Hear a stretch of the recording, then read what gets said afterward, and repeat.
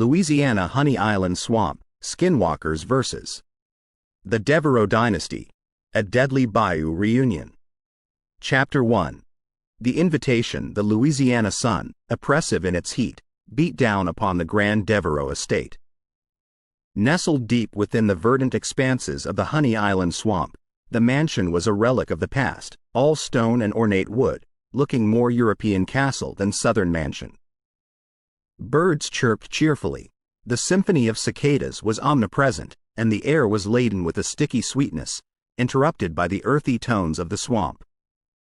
In the main hall of the estate, the day's mail lay scattered across a polished oak table. Amidst the assortment of bills, letters, and magazines was a single, standout envelope. Gold embossed, with the grand Deveraux crest, a regal eagle with a snake in its grasp, it was clearly an invitation. Isabelle Deveraux, with her silver hair impeccably styled, picked up the invitation and gasped, her blue eyes sparkling with anticipation. "It's time," she whispered, a hint of melancholy in her voice. Across the room, seated in plush armchairs, a group of elders had been reminiscing. The sight of the invitation seemed to act as a catalyst, drawing forth memories of times long gone. "I remember when our gatherings were the talk of the town," chuckled Maurice, his voice hoarse from age, yet clear in its memory. "Dancing, feasting, and oh, the music. The whole of Louisiana would envy our revelry." Amid their stories of grandeur and the past, the younger Deveraux gathered, their conversations a mix of curiosity and excitement. "I heard the last reunion was wild. Aunt Lorraine ended up dancing on the dinner table," exclaimed Alex, his green eyes filled with mischief. While most members of the Deveraux clan busied themselves with the impending reunion's details, Theodore, the family's rising star and current college student, had an entirely different reaction. Upon seeing the invitation, a chill ran down his spine, and his hazel eyes clouded with worry. That night, Theodore retired to his room early, fatigue weighing down his usually active mind. However, sleep, when it came, was fraught with nightmares. He found himself wandering through the swamp, mist swirling around him. The cries of the swamp creatures seemed distorted, echoing eerily.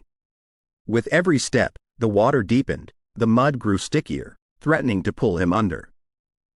Shadows danced at the edges of his vision, just beyond clear sight, but one figure stood out. The form of a man, or what looked like one, but shrouded in darkness and with eyes that gleamed red in the dim light. The figure whispered, its voice a low hiss that seemed to come from all directions, "Your time will come, Theodore." Theodore tried to shout, to run, but the swamp held him fast, the mud now at his chest, pulling. He awoke with a start, drenched in sweat and heart racing. Dawn was breaking, and outside his window, the world was bathed in the soft golden hue of morning. Trying to shake off the remnants of the nightmare, he decided to join his family for breakfast. As he descended the grand staircase, he overheard Isabelle discussing an old family photo album she'd discovered. Curiosity piqued, Theodore joined the gathered crowd, peering over shoulders to get a look. The photos, sepia-toned with age, showcased numerous Deveraux gatherings. Picnics, Christmas celebrations, birthdays, and more. But one picture, taken at a reunion much like the one they were to have, held everyone's attention. There, in the background, was the unmistakable outline of the Honey Island Swamp. And lurking at its edge, barely visible but undeniably present, was a shadowy figure. It was the same figure from Theda's dream, its eyes glowing ominously. A palpable tension spread through the room. The image seemed to serve as an unspeakable reminder of tales best left untold, of whispers shared in hushed tones, and of family legends that were too frightening to be deemed true. Isabelle, ever the matriarch, was the first to break the silence. "The past is the past. This reunion will be a celebration, a time for our family to come together." Yet, as the family dispersed, that sense of foreboding remained, and Theodore couldn't shake the feeling that this reunion was going to be unlike any other. The Deveraux, with all their glory, wealth, and legacy, were on the precipice of something, and the swamp, with all its mysteries, was calling them into its depths. Chapter 2. Arrival at the estate. The Deveraux estate was an imposing sight to behold. Set against the lush backdrop of Honey Island Swamp, the mansion stood tall, its spires reaching towards the azure sky. Though the swamp surrounded the estate, the mansion itself was on a piece of dry land, making it seem like an island of civilization amidst the wild. Built in the late 1700s by the first of the Deveraux lineage, the three-story mansion was a brilliant mix of French Gothic and Southern antebellum architecture. Intricate stonework covered the exterior, with ivy creeping up its walls, giving it a time-worn appearance. Massive oak doors served as the mansion's entryway, beneath a grand archway. The large, leaded glass windows on each floor reflected the green of the swamp and the blue of the sky, and one could often catch glimpses of chandeliers and opulent furnishings inside. As family members arrived in carriages and cars, they were greeted by the staff of the estate. However, something was amiss. The staff, normally warm and welcoming, had a strained look. Their smiles didn't quite reach their eyes, and there was a hesitation in their movements, as if they were second-guessing their every step. Thomas, the estate's head butler for the past 2 decades, greeted Isabel with a stiff nod. His usually expressive eyes seemed clouded. "Welcome back, Madame Deveraux," he murmured, his voice lacking its usual warmth. "Thank you, Thomas. Everything seems in order," Isabel replied, trying to catch his gaze, but Thomas quickly turned to address other arriving family members. Inside the mansion, family members dispersed to their assigned rooms. The mansion boasted over 30 rooms, each uniquely designed. Some had 4 poster beds, others grand fireplaces. While many rooms were bathed in light, others held a cozy, dark allure. Each room was a piece of history, adorned with portraits of Deveraux ancestors and furnished with pieces that had been in the family for generations. Theodore, assigned to one of the rooms on the 3rd floor, felt a sense of unease as he unpacked. It wasn't just his dream that troubled him, the room itself felt off. As he placed his belongings in the antique armoire, he noticed a cold draft despite the window being shut. Shrugging it off, he proceeded to explore the room.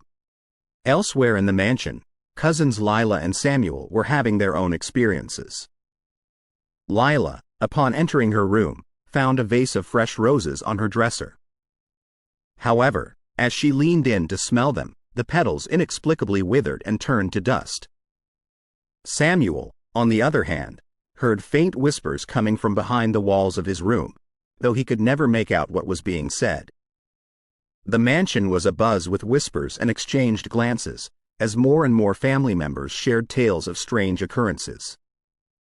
Yet, the allure of one room overshadowed all else. At the end of a long hallway on the 2nd floor was a door unlike the others. While most doors in the mansion were oak with brass handles, this door was made of iron and had a heavy padlock on it. Its presence was a mystery to most, as even the eldest members of the family couldn't recall ever seeing it open. "Why is that room locked?" young Alex asked, his curiosity evident. "I'm not sure," replied Isabel, though her furrowed brows indicated she was hiding something. "It's been that way for as long as I remember."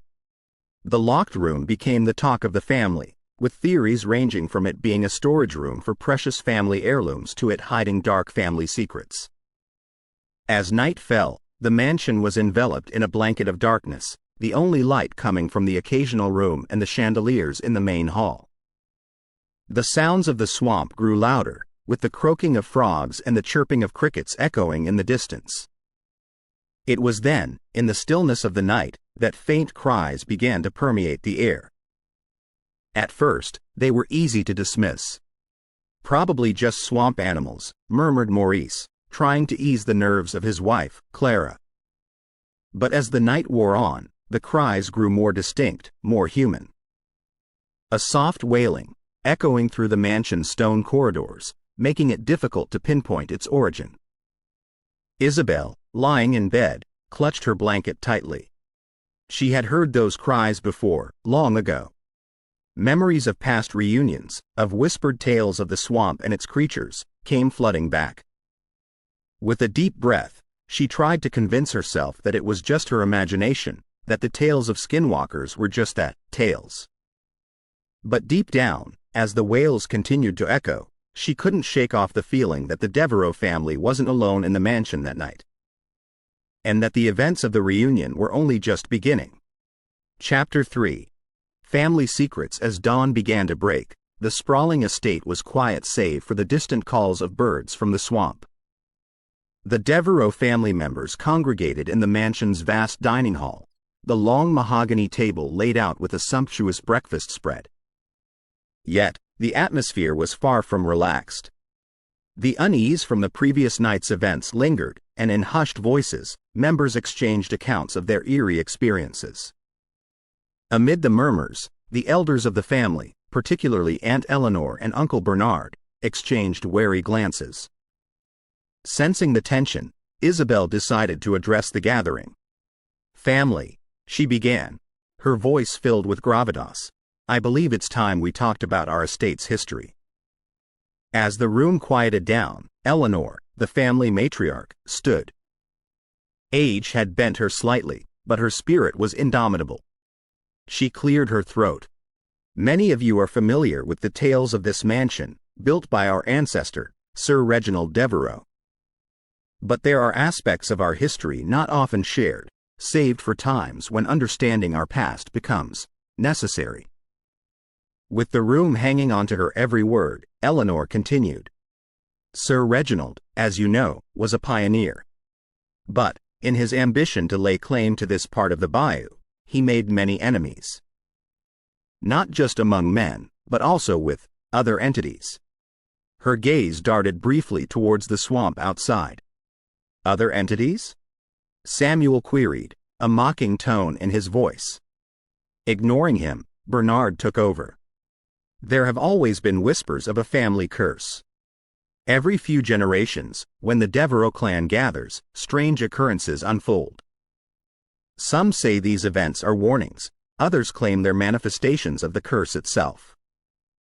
Thedo, his curiosity piqued, asked, "But what is the origin of this curse?" Bernard hesitated. "There's a legend," he began slowly, "that Sir Reginald wronged the original dwellers of this land. Not just the native tribes but also the spirits that they revered. One such spirit, a powerful skinwalker, vowed vengeance on the Deveraux lineage." Gasps filled the room. The younger generation, having heard tales of skinwalkers only as bedtime stories meant to frighten, struggled to wrap their heads around the possibility of such tales being tied to their family history. As the room buzzed with discussion, Thedo, ever the inquisitive one, remembered an old diary he'd stumbled upon in the mansion's library a few years ago. Slipping away from the breakfast gathering, he made his way to the library, a room filled with the musty scent of old books and leather. It took him a few minutes, but he finally located the diary he was seeking. Bound in faded leather and bearing the Deveraux family crest, the journal belonged to Amelia Deveraux, Sir Reginald's daughter. As Thedo leafed through it, a particular entry caught his eye. "Father has been acting strange of late. He speaks of a shadow in the swamp, watching, waiting. He says he hears cries at night, much like the ones we've been hearing this past week. I fear Father has angered something, or someone. He mentioned a ritual, a means to appease the angered spirit. I pray he knows what he's doing." As Thedo pondered the entry, trying to piece together its significance, he was unaware of a shadowy figure watching him from the distance. Outside, at the edge of the swamp, eyes glinting with malevolence, the figure observed the mansion and its inhabitants. It seemed to be waiting for something, or someone. Back inside the mansion, as the day wore on, whispers about the family curse intensified. Some dismissed it as superstition, while others were genuinely concerned. Among the latter was Clara, who made a shocking discovery. Pulling her husband Maurice aside, she showed him a peculiar mark on her wrist, a mark she swore wasn't there the previous night. It resembled a twisted, elongated shadow. Alarmed, Maurice examined his own arm, finding a similar mark. Word quickly spread, and soon, multiple family members discovered they bore the same eerie mark. Fear and paranoia set in. Was the Skinwalker real? Had it marked them for some sinister purpose? As evening approached and the sun cast a golden hue over the bayou, the Deveraux family faced a myriad of questions. What did the marks mean? How were they connected to the family curse and the mysterious events of the previous night? Unbeknownst to them, the answers lay both in their past and in the impending events of the reunion. The Deveraux Dynasty was on the brink of confronting a force that had waited generations for this very moment. The stage was set for a showdown between the family and the vengeful entity of the swamp. Chapter 4. The first disappearance. The sun hung low in the sky, casting long shadows across the manicured lawns of the Deveraux estate. Children played, their laughter echoing across the grounds, contrasting with the heavy tension among the adults following the revelations of the day. Amidst the clamor, little Lila, the youngest cousin of the Deveraux clan at just 5 years old, played with her dolls near the edge of the woods. Her golden curls glinted in the waning sunlight. Every so often, she'd glance into the forest, as if expecting someone. Suddenly, her face lit up, and she rose to her feet, calling out, "Leo! Is that you?" Without a second thought, she scampered into the woods. Several minutes passed before Lila's absence was noted. "Where's Lila?" Clara, Lila's mother, called out, panic evident in her voice. The merriment ceased instantly, replaced by growing concern. "Last I saw, she was playing by the trees," Samuel remarked, trying to recall the exact moment he'd seen her last. A frantic search ensued. Adults and children alike called out Lila's name, their voices growing more desperate with each unanswered call. They scoured the edge of the forest, but there was no sign of her. Huddled with the other elders, Aunt Eleanor whispered with dread, "It has begun." The ominous phrase sent shivers down the spines of those who overheard. Thedo, though deeply worried, was trying to approach the situation analytically. The entries in Amelia's diary, the talk of Skinwalkers, and the mysterious marks on family members' wrists were too significant to ignore. He retraced Lila's steps to the edge of the woods, hoping to find a clue. It was there he stumbled upon a small, ragged doll, one of Lila's favorites. Nearby, there was a faint set of footprints leading deeper into the woods, but curiously, there seemed to be two sets. One small, presumably Lila's, and another, much larger and oddly misshapen. Lila was chasing someone or something, Thedo murmured, a horrifying realization dawning upon him. Could it be the work of the Skinwalker? The estate grounds were vast, with the woods bordering them equally extensive and thick. Hours seemed to drift by, and despite the extensive search, night was fast approaching with still no sign of Lila. Torches were lit, and the search continued.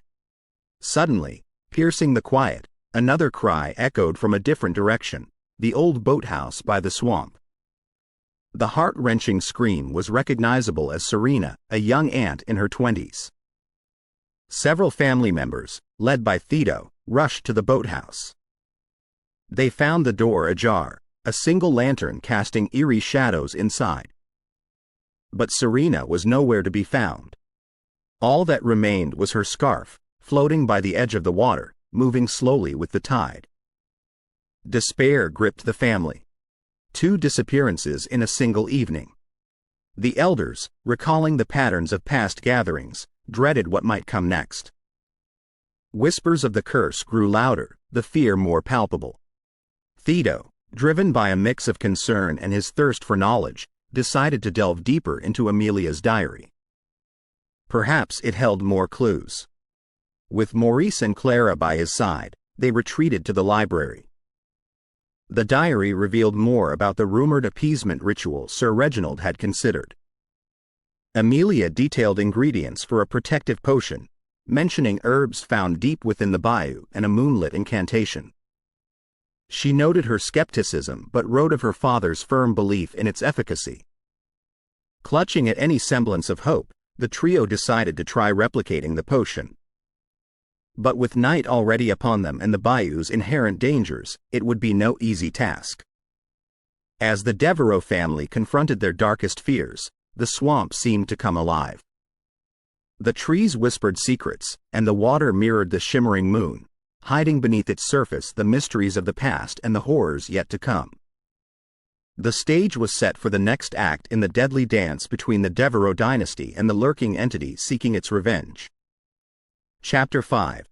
The Skinwalker legend. The next morning, Theodore, desperate for answers, decided to consult with a local historian rumored to be an expert on Bayou legends. Maurice had told him of an old woman named Madame Loretta who lived in the nearby town and was often sought after for her vast knowledge of local lore. Arriving at a small, rustic cabin surrounded by swampy vegetation, Theodore was greeted by a cat with bright green eyes. The door creaked open to reveal a frail old woman, her gray hair streaked with streaks of dark purple, and her eyes seemed to hold centuries of secrets. "You seek knowledge about the Skinwalker," Madame Loretta stated more than asked, guiding Theodore inside. The interior was dark, the only light emanating from several candles, illuminating countless books, artifacts, and strange symbols. Madame Loretta began, "The legend you seek is intertwined with the Deveraux lineage. It all started with Sir Cedric Deveraux, a brave but arrogant man. He once offended a powerful witch of the bayou named Esmeralda when he refused her plea for shelter one stormy night. In her wrath, she cursed the Deveraux family, binding a dark entity to your bloodline. That entity is the Skinwalker. She described the Skinwalker as neither man nor beast but a malevolent spirit with the ability to change forms, deceive, and ensnare. It lures its victims by impersonating their loved ones or manifesting as creatures of the swamp. And while its origins were murky, its association with the Deveraux was clear and malevolent. Every decade," Madame Loretta continued, her voice dropping to a whisper, "the Skinwalker returns to claim Deveraux souls, an eternal punishment for Sir Cedric's arrogance. Its power grows with each soul, making it nearly invincible. But there must be a way to defeat it?" Theodore asked desperately.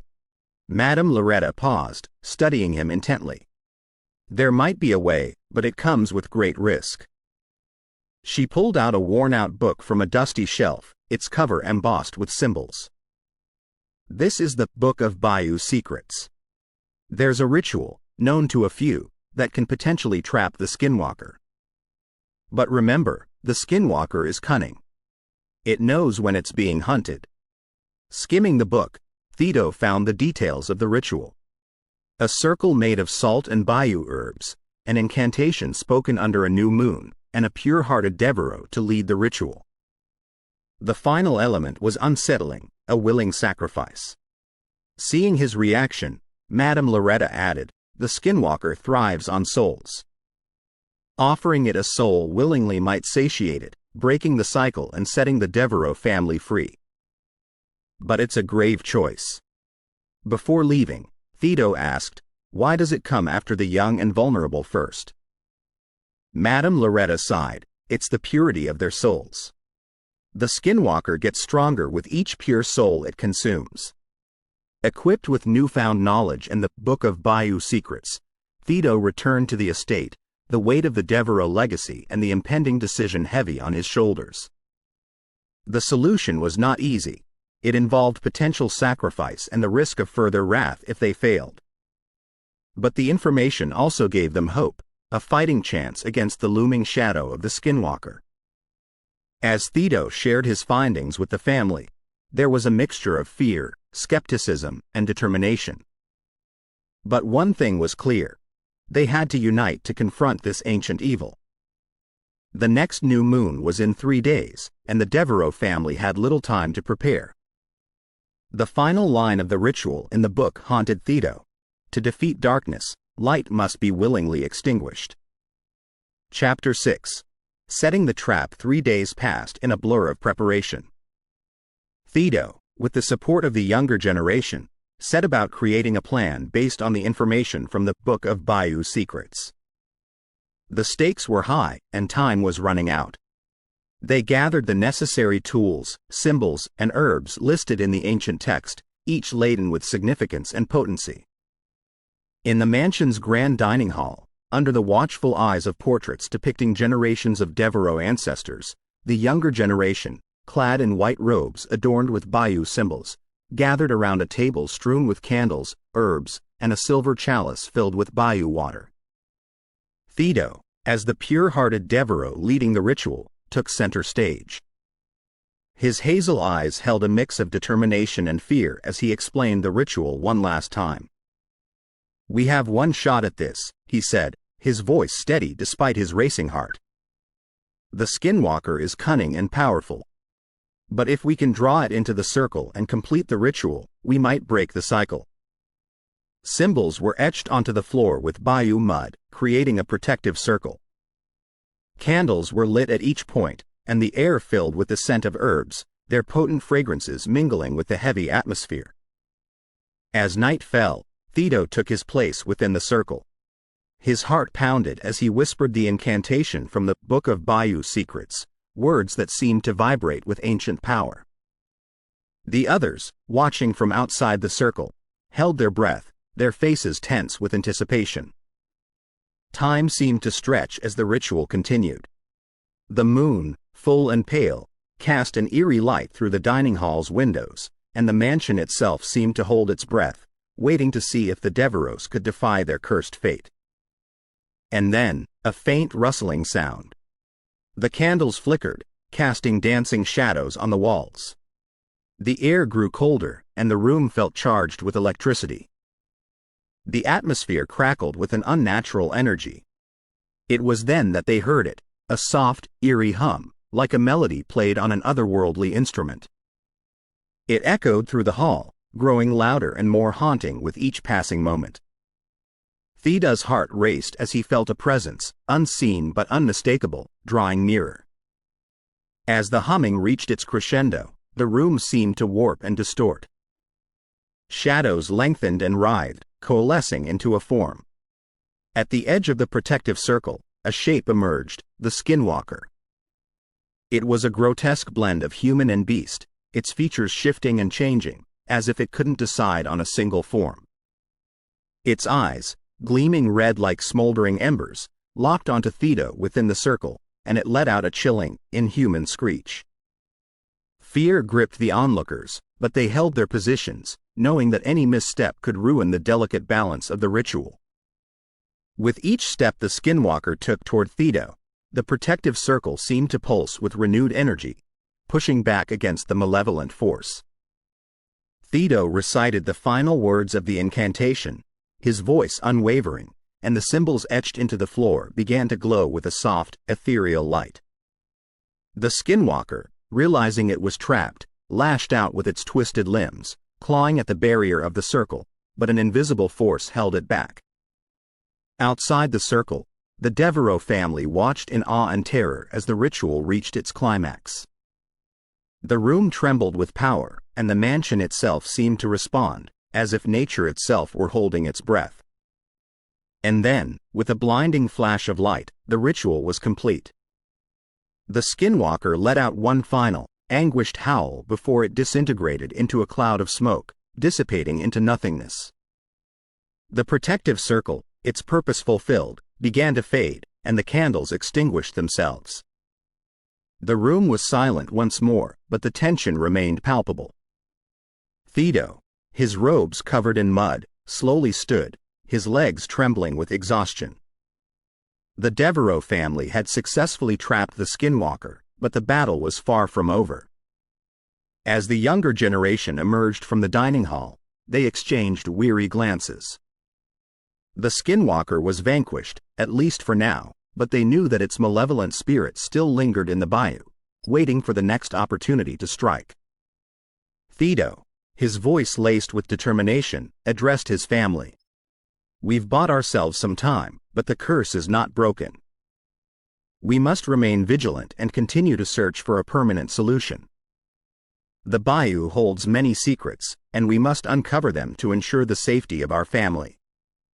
With their future uncertain but their resolve unbroken, the Deveraux left the dining hall, leaving behind the remnants of the ritual and the memory of their collective strength in the face of an ancient evil. The bayou would always hold its mysteries, but the Deveraux Dynasty had proven that they too were a force to be reckoned with. Chapter 10. The locked room. The days that followed the successful trapping of the Skinwalker were marked by a sense of cautious relief. The Deveraux family, once plagued by fear and uncertainty, now gathered in unity to uncover the secrets of the locked room, the enigmatic chamber that had long been shrouded in mystery. Located at the end of a dimly lit hallway on the second floor, the iron door and heavy padlock had remained untouched for generations. It was rumored to contain artifacts and tools to protect against dark entities, a secret arsenal against the malevolent forces that had haunted the Deveraux for centuries. Thedo, now the de facto leader in their quest for answers, stood before the locked door, its iron surface etched with symbols and runes. His hazel eyes, once filled with uncertainty, now radiated determination. Beside him stood Clara, whose daughter Lila had been the first to disappear. With the help of the family elders, the Deveraux had managed to decipher some of the symbols on the door. They were protective wards and ancient spells, designed to keep whatever lay inside from escaping. But why had Sir Reginald hidden these protective tools? And what did they know about the Skinwalker that could help them further? Isabel, the family's matriarch, stepped forward, holding a yellowed parchment with trembling hands. "This is a prophecy," she announced, her voice quivering. "A prophecy that hints at Theda's role in all of this." Theda's heart raced as he read the cryptic words. "In times of darkness, a pure heart shall lead. A Deveraux, chosen by fate, to confront the shadows of the bayou. With knowledge unlocked and courage unfurled, the legacy of the curse shall be unfurled." The prophecy spoke of his destiny, and it sent shivers down his spine. He had been chosen, not by his own will, but by fate itself. Determined to uncover the truth, the Deveraux family gathered around the door as Thedo began to work the lock. It was a formidable task, and the padlock had rusted over the centuries, but with the combined efforts of the family, it finally yielded, falling to the floor with a heavy thud. The door swung open, revealing a room bathed in soft candlelight. The chamber was filled with artifacts and tools, each more mysterious than the last. There were ancient tomes bound in leather, their pages filled with arcane knowledge. Silver daggers etched with protective symbols gleamed in the candlelight. Jars containing herbs and elixirs lined wooden shelves. But the most captivating find was a tapestry that covered an entire wall. It depicted the bayou in all its mystical glory, with shimmering water, towering cypress trees, and the full moon casting its silvery glow. But what drew their attention were the figures in the tapestry, a family, unmistakably Deveraux, standing in a protective circle with a Skinwalker trapped at its center. Thedo examined the tapestry, realizing that it was more than just a work of art. It was a historical record, a testament to a battle fought centuries ago. It showed their ancestors confronting the Skinwalker, using the very tools and knowledge they had uncovered in this room. But the tapestry also held a deeper secret, one that would reveal the origin of the Skinwalker and a potential ally in their fight against it. As Thedo touched the tapestry, his mind was flooded with a vision. He saw a group of settlers, including a young Sir Reginald, encountering a powerful witch deep within the bayou. They had sought her knowledge but had unwittingly trespassed on sacred ground. In her wrath, the witch had summoned the Skinwalker, binding it to the Deveraux bloodline as punishment for their transgression. But in the vision, Thedo also saw another figure, a hooded figure who had intervened, helping the settlers escape the wrath of the Skinwalker. It was an old enemy of the Skinwalker, someone who had long been a thorn in its side. Thedo emerged from the vision, his heart pounding. He turned to the family and said, we have uncovered the origin of the Skinwalker. It was bound to our family by a vengeful witch, but there is hope. There is an ally who once saved our ancestors from its clutches. The room was filled with a renewed sense of purpose. Thedo, clutching the knowledge they had unearthed, knew that their battle against the Skinwalker was far from over. But now, armed with the tools, the prophecy, and the revelation of an old enemy, they had a fighting chance to break the curse that had plagued the Deveraux Dynasty for centuries. As the door to the locked room swung shut, the Deveraux were prepared to confront the shadows of the Bayou once more. The legacy of the curse would be unfurled, but this time, it would be their legacy of courage, knowledge, and unity that would prevail. Chapter 11. Alley from the past. The discovery of the locked room had opened doors to a wealth of knowledge, but it had also posed a new set of challenges for the Deveraux family. Among the artifacts and tomes, they found a way to contact an unexpected ally, the spirit of their ancestor, Sir Cedric Deveraux, the very man who had offended the witch, Esmeralda. Thedo, his voice trembling with trepidation, explained the family's dilemma to the gathered members. The spirit of Sir Cedric may hold the key to defeating the Skinwalker, he said. He faced the wrath of the witch and the Skinwalker before. If we can contact him, he might provide us with the knowledge and power we need. The idea of reaching out to an ancestor from the past filled the room with a mix of hope and uncertainty. It was Clara who spoke first, her voice unwavering. If it means protecting our family, we have to try. With unanimous agreement, the Deveraux set about conducting a séance, guided by the knowledge they had uncovered in the locked room. The dining hall, still bearing the remnants of the previous ritual, was the chosen setting. Candles were lit, the symbols etched into the floor were activated, and Thedo, Clara, and Isabel took their places around the table. The séance began with whispered incantations, invoking the spirit of Sir Cedric Deveraux. The room grew colder, and the candles flickered erratically as if responding to unseen forces. Thedo, Clara, and Isabel each placed a hand on an ornate silver platter, an heirloom from generations past, in the center of the table. As they chanted, a soft glow enveloped the platter, and the air seemed to vibrate with otherworldly energy. The room took on an ethereal quality, and for a moment, it felt as though time itself had become fluid. And then, they heard it, a faint voice, distant and echoing. "Who calls upon me from the realm of the living?" Thedo, his voice unwavering, replied, "We are the Deveraux family, and we seek your guidance, Sir Cedric." The room seemed to tremble as the spirit of Sir Cedric materialized before them. He appeared as a translucent figure, dressed in the attire of his time, his face etched with the weight of centuries. "Speak your purpose," he intoned, his eyes fixed on Thedo. Thedo explained the plight of the family, the curse, and the looming threat of the Skinwalker. "We need your knowledge, Sir Cedric, to defeat this ancient evil."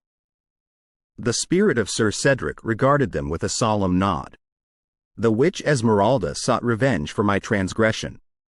I was arrogant, blinded by my own pride. But in her vengeance, she bound the Skinwalker to our bloodline, a curse that has haunted us for generations." He continued, "There is a way to trap the Skinwalker, a ritual passed down through the generations, hidden in the locked room. But it comes at a great cost. It requires a Deveraux soul willingly offered." The room fell into a heavy silence as the weight of Sir Cedric's words sank in. Thedo, Clara, and Isabel exchanged glances, their expressions filled with a mix of determination and fear. "Are you saying one of us must sacrifice themselves?" Thedo asked, his voice trembling. Sir Cedric nodded. "To break the curse and defeat the Skinwalker, a Deveraux soul must be offered as a pure sacrifice, willingly and with a heart untainted by darkness." Theda's mind raced, torn between the desire to protect his family and the realization that he might have to make the ultimate sacrifice. Clara and Isabel shared the same inner struggle. A heated debate erupted among the family members, each expressing their views on the proposed sacrifice. Some argued in favor, believing it was the only way to ensure the safety of future generations. Others vehemently opposed, unwilling to accept the loss of a loved one. As the debate raged on, Thedo felt the weight of his ancestors' gaze upon him. Sir Cedric's spirit, bound by the curse of the past, had offered them a way out, but it came at a steep cost. In the midst of the turmoil, Thedo knew that a decision had to be made, one that would shape the destiny of the Deveraux family. The legacy of the curse hung in the balance, and the time for sacrifice drew near. Chapter 12. The swamp's depths. The debate over the sacrifice had left the Deveraux family divided and tense. Thedo, Clara, and Isabel had been unable to reach a consensus, and the burden of the decision weighed heavily on their hearts. But time was running out, and the threat of the Skinwalker still loomed over them. It was Thedo who broke the impasse. With a sense of determination, he declared, "Before we make any decisions about the sacrifice, we need more information about the Skinwalker. We need to understand its lair, its weaknesses, and its patterns." The Deveraux family agreed, recognizing that knowledge was their greatest weapon. They had to venture into the heart of the bayou, into the depths of the swamp where the Skinwalker lurked. Equipped with torches, compasses, and a map of the bayou, the family set out on their treacherous journey. The swamp, a labyrinth of twisting waterways and dense vegetation, seemed to pulse with an ancient, eerie energy. The oppressive humidity and the buzzing of insects created an atmosphere that was both oppressive and foreboding. As they navigated the swamp's labyrinthine waters, Thedo and Clara took the lead, while Isabel stayed close, her eyes scanning the murky depths. They moved in near silence, the only sounds the occasional splash of water and the distant calls of unseen creatures. Their journey into the bayou's heart brought them face to face with the history of the swamp, a history marked by forgotten tragedies and unspoken horrors. They came across the remnants of long-abandoned shacks, their walls adorned with symbols and warnings, all too familiar to the Deveraux. It was a testament to the bayou's dark past, a place where secrets and curses lingered. As they delved deeper, faces from the past seemed to resurface in the shadows, the settlers who had once encountered the wrath of the witch, the same settlers who had sealed the Skinwalker into the Deveraux bloodline. It was as if the bayou itself held onto the memories of those who had walked its treacherous paths. The swamp was not without its own dangers. They faced near-death experiences from natural threats, alligators lurking beneath the surface, quicksand that threatened to swallow them whole, and venomous snakes coiled in the underbrush.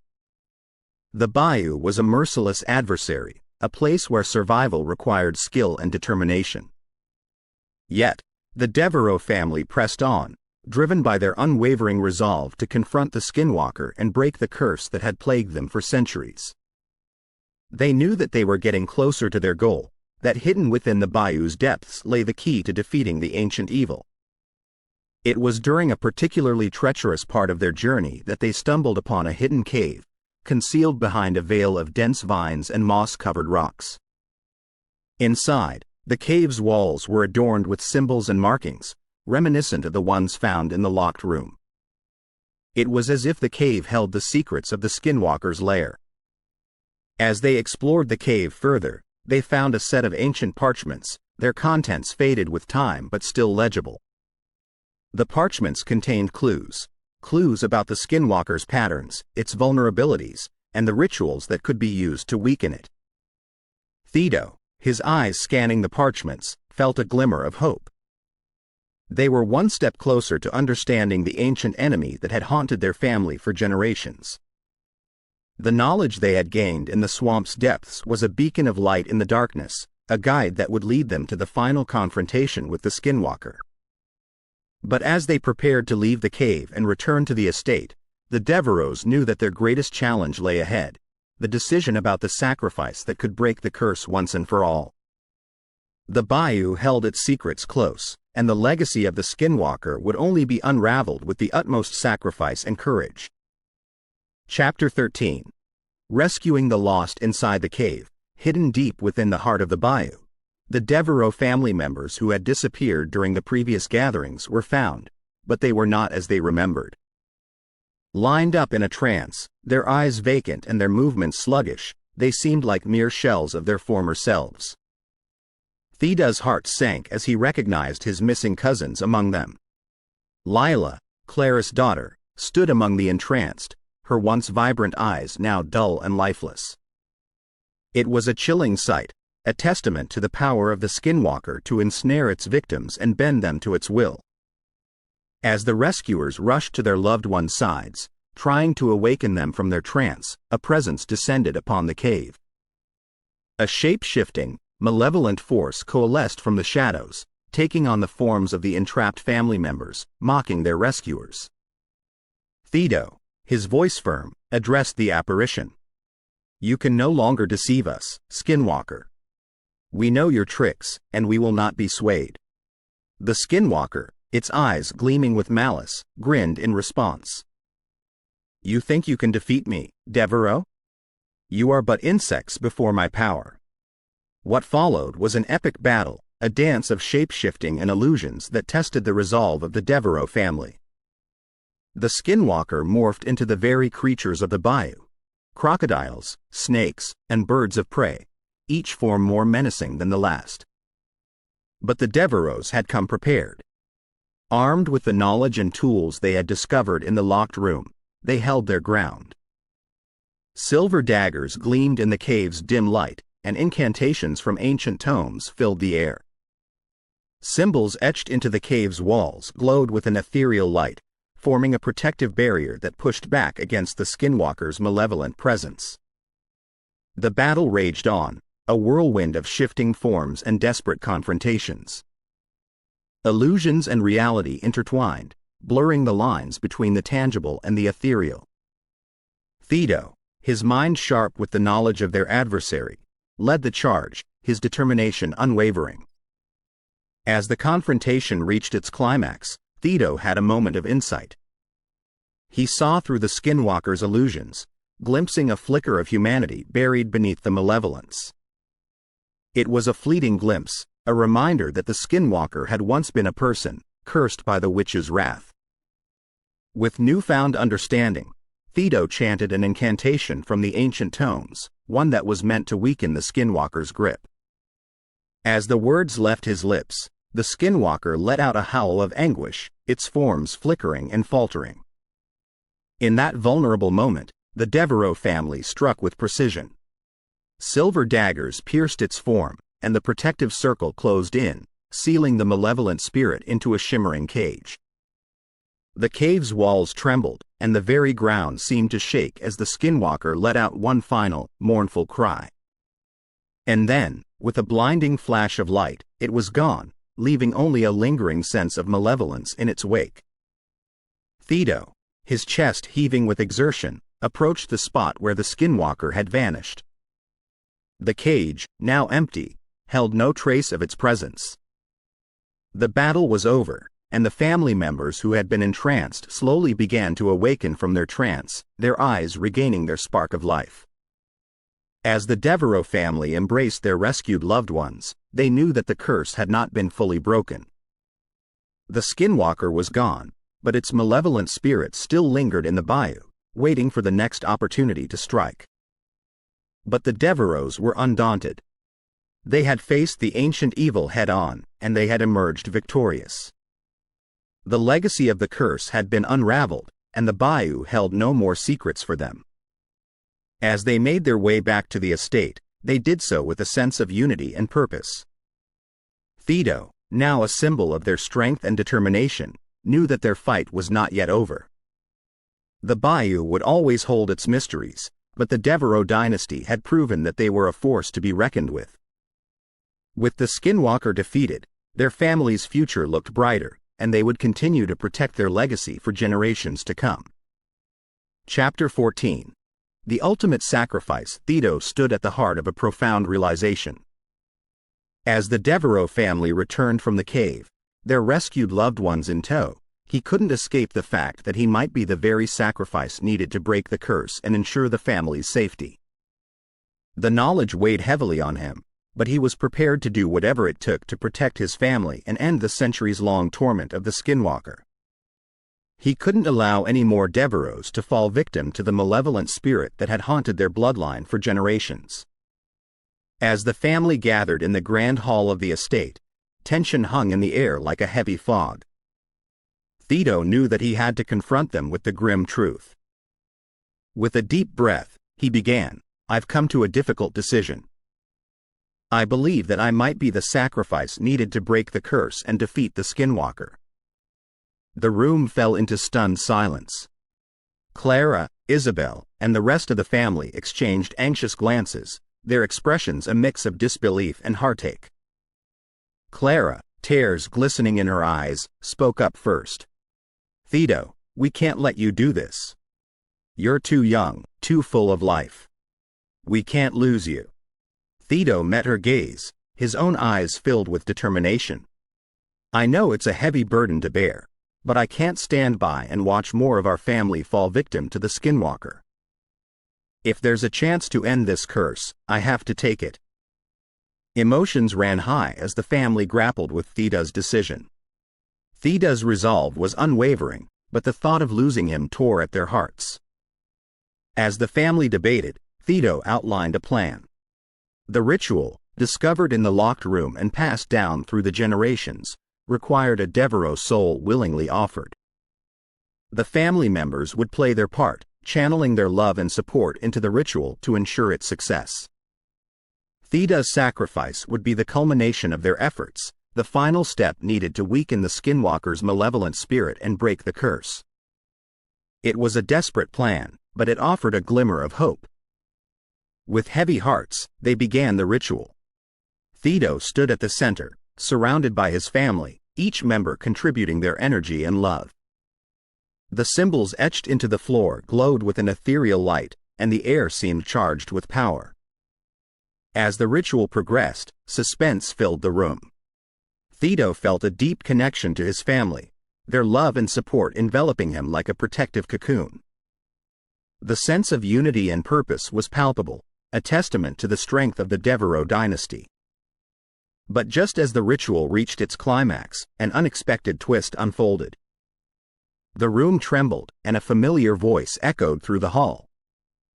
It was the spirit of Sir Cedric Deveraux, the ancestor who had offended the witch and bound the Skinwalker to their bloodline. "I offer myself," Sir Cedric declared, his voice resolute. "I have carried the weight of this curse for centuries. It is time for me to atone for my transgressions and free our family from this torment." Thedo and the family watched in astonishment as Sir Cedric stepped forward, his translucent figure glowing with an otherworldly light. He willingly offered himself as the sacrifice, saving Thedo from the ultimate fate. Tears filled Theda's eyes as he realized that his ancestors' sacrifice had offered them a way out. The family's unity, love, and the courage to confront the curse had ultimately led to their salvation. As the ritual concluded, the air seemed to shift, and the curse that had plagued the Deveraux dynasty for centuries began to unravel. The malevolent spirit of the Skinwalker weakened, its power waning with each passing moment. Thedo and his family embraced, their hearts filled with relief and gratitude. They had faced the darkest of Bayou secrets and emerged victorious. The Skinwalker's reign of terror had come to an end, and the Deveraux dynasty could finally breathe a sigh of relief. As they stood together, united and unbroken, they knew that their family's legacy was no longer defined by the curse but by their strength, love, and the sacrifices they had made to protect each other. The Bayou held its mysteries, but the Deveraux had proven that they could overcome any challenge that came their way. With the Skinwalker defeated and the curse broken, the Deveraux family could look forward to a future free from the shadows of the past. Chapter 15. Dawn of a new day. As the ritual reached its zenith, a surge of energy coursed through the grand hall of the Deveraux estate. The symbols etched into the floor glowed brilliantly, illuminating the room in a radiant, otherworldly light. The Deveraux family, united in purpose, channeled their love and determination into the ritual, their collective willpower binding the malevolent spirit of the Skinwalker. Thedo, at the center of it all, felt a profound sense of connection with his family. Their unwavering support and the sacrifice of Sir Cedric had created a powerful force that the Skinwalker could not withstand. With a final burst of energy, the ritual succeeded. The Skinwalker let out a shriek of anguish, its form flickering and fading. It writhed and twisted, unable to maintain its shape as it was banished from the earthly realm. The sun began to rise on the horizon, casting away the darkness that had haunted the Deveraux family for centuries. Its golden rays bathed the estate in a warm, comforting light. The malevolent presence of the Skinwalker dissolved, leaving behind a sense of peace and renewal. The Deveraux family, though reduced in number, stood together, stronger than ever. They had faced unimaginable challenges, confronted ancient curses, and emerged victorious. Their bond had been forged through trials and tribulations, and it was unbreakable. The grand estate, once a place of dread and despair, now shone as a beacon of hope and resilience. The shadows that had clung to its halls were dispelled by the dawn's light, and the Deveraux knew that their home was no longer haunted by the malevolent spirit. As they gathered in the grand hall, relief and gratitude filled their hearts. They had not only protected their family legacy but had also banished a supernatural evil that had terrorized their bloodline for centuries. The Bayou, with its dark secrets and mysteries, would no longer hold them captive. The Deveraux family made a solemn vow. They would be guardians against the supernatural, protectors of the Bayou and its hidden dangers. Tales of their trials and triumphs would be passed down to future generations, a reminder of the strength, unity, and courage that defined the Deveraux Dynasty. The sun had fully risen now, its warmth flooding the estate with renewed life. The Deveraux knew that their journey was far from over, but they faced the future with unwavering determination. The legacy of the curse had been unraveled, and the dawn of a new day had arrived for the Deveraux Dynasty. Chapter 16. Aftermath. With the malevolent spirit of the Skinwalker banished and the curse broken, the Deveraux family began the process of healing and rebuilding. The aftermath of their battle with the supernatural had left its mark, both physically and emotionally. In the days that followed, the family members came together to repair the estate, mending not only the physical damage but also the wounds that had been inflicted upon their spirits. Theodore, Clara, Isabel, and the rest of the family found solace in one another's presence, knowing that they had faced the darkest of Bayou secrets and emerged stronger for it. The locked room, once a place of dread and mystery, was transformed into a sanctuary. It became a place of reflection and remembrance, where the family could honor their ancestors and the sacrifices made to protect their legacy. The room held the artifacts and tools against dark entities, a constant reminder of the battles they had fought and won. Theodore, changed by his experiences, took it upon himself to document everything they had encountered: the legends of the Skinwalker, the rituals, the symbols, and the family's struggle against the supernatural. He knew that their story needed to be preserved, not only for future generations of Deveraux but also as a warning to those who might encounter similar entities in the world. As word of their experiences spread, whispers of other entities and supernatural phenomena in the world reached their ears. The Deveraux family had become guardians against the supernatural, and they were not alone in their battles. Others who had faced similar challenges sought their guidance and knowledge. The story of the Deveraux Dynasty ended with a sense of both closure and anticipation. The Bayou still held its mysteries, and the world was a vast, uncharted territory filled with both wonders and dangers. The Deveraux knew that their journey was far from over, and they were prepared to face whatever the future held. As the family gathered once more in the grand hall of the estate, they shared a moment of unity and gratitude. Their legacy was no longer defined by the curse but by their strength, resilience, and the bonds that held them together. The Bayou may have hidden its secrets well, but the Deveraux Dynasty was ready for whatever challenges lay ahead, hinting at another adventure on the horizon. If you have enjoyed our paranormal scary story about the activities Skinwalkers within Louisiana Bayou, please visit us at Paranormal Untold Stories. Come to listen to more of our scary stories collection.